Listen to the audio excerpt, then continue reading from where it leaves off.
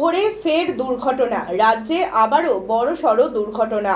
ভোর 3:45 নাগাদ ভয়ঙ্কর রেল দুর্ঘটনার সাক্ষী হয়ে রইল আবারও। দুর্ঘটনার কবলে হাওড়া থেকে মুম্বাইগামী সিএসএমটি এক্সপ্রেস। ছিটকে যায় কামরাগুলি। যতটা খবর পাওয়া গিয়েছে, প্রায় 18টি কামরা রেলচ্যুত হয়েছে ইতিমধ্যেই জানা গিয়েছে। তবে কিভাবে এই দুর্ঘটনা ঘটেছে তা এখনও স্পষ্ট করে বলা হয়নি রেলের তরফ থেকে। ঘটনায় আহত অন্ততপক্ষে 60 জনের অধিক, আর ইতিমধ্যেই মৃত্যু খবর মিলেছে 2 জনের। আহতদের নিয়ে যাওয়া হয়েছে হাসপাতালে। আহতদের উদ্ধার করে চক্রধরপুর হাসপাতালে নিয়ে যাওয়া হয়েছে। আশঙ্কা করা হচ্ছে আহতদের সংখ্যা আরও বাড়তে পারে। किसी को नहीं किसी को नहीं आराम चलो फोटो पसंद करो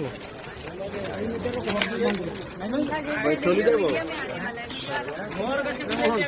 चोरी जैसी पुराना है एटा थर्ड लाइन टा ऊपर चालू है पूरा साफ मोबाइल तो यहां पे थर्ड लाइन पे से बीच में যেটা এটা ছিল না এটা এটা এই সোয়ানি হারাছুন আগা দিকে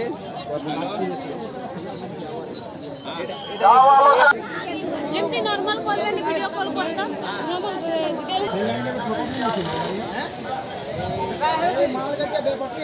এই আর কিছু নেই সামনে